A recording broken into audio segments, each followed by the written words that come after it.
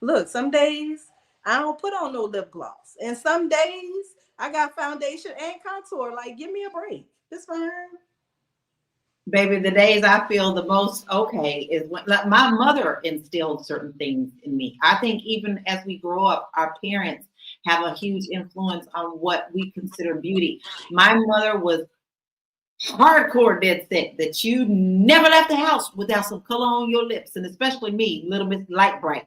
She's like, no, baby, you can't go out looking like a ghost. You got to put something on them lips, you know. And then I had another auntie who was like, forget the lips, do something on your eyes. You know, it's all what other people are telling you to do, and then we're taught these things, and then they end up sticking to your head. I'm 55 years old. I still don't like to leave out of this house with some kind of color on my lips, even if it's a tinted gloss.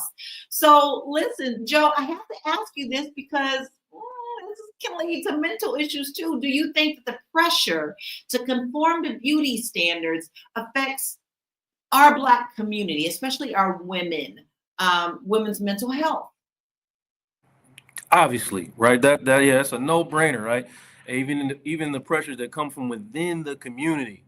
You know what I mean? When colorism isn't new, like that's a real thing that's been going on in our community for a long, long time. I almost want to say centuries, but you know what I mean? So it's definitely affecting our mental health. The pressure and the to maintain a beauty standard throughout. What happens when you age out of your value? You know, as a teacher, I used to see students all the time, and I would see a pretty young girl, and I'd say, boy, I sure hope she figures out her value beyond what she looks like, because if she doesn't, she's going to be held to that standard of being beautiful forever, and she's going to feel the pressure, especially in today's world. Like, we setting these beauty standards, and the younger generation are picking them up, and now they're online and they're trying to keep up.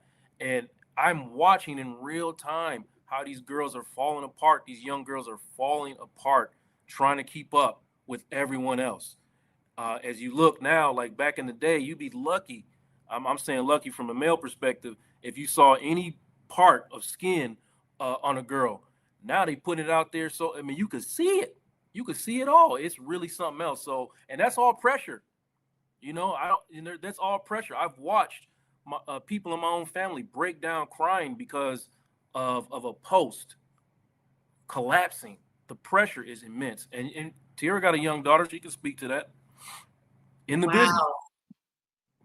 I mean, that I remember so clearly wanting to fit in growing up. I mean, I was the light bright. That's a running joke in my family, is the light bright.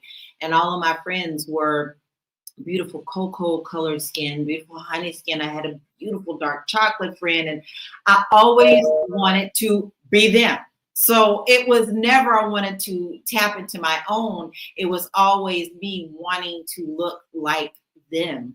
And even though people were telling me at the time, well, you're pretty, you're like you are, I never felt that. So I still feel like the societal pressures are very hard, because my mom didn't even know what to do with my hair. My hair is naturally curly, so she would straighten it because that's all she knew to do. She couldn't deal with the curls.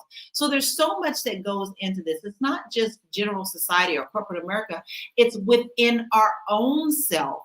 So Tierra, you do have a young daughter, and she's, to me, I think she's just as gorgeous and as cute as she could be. How do you help to instill in her the confidence in her beauty? Can you hear me? Yes.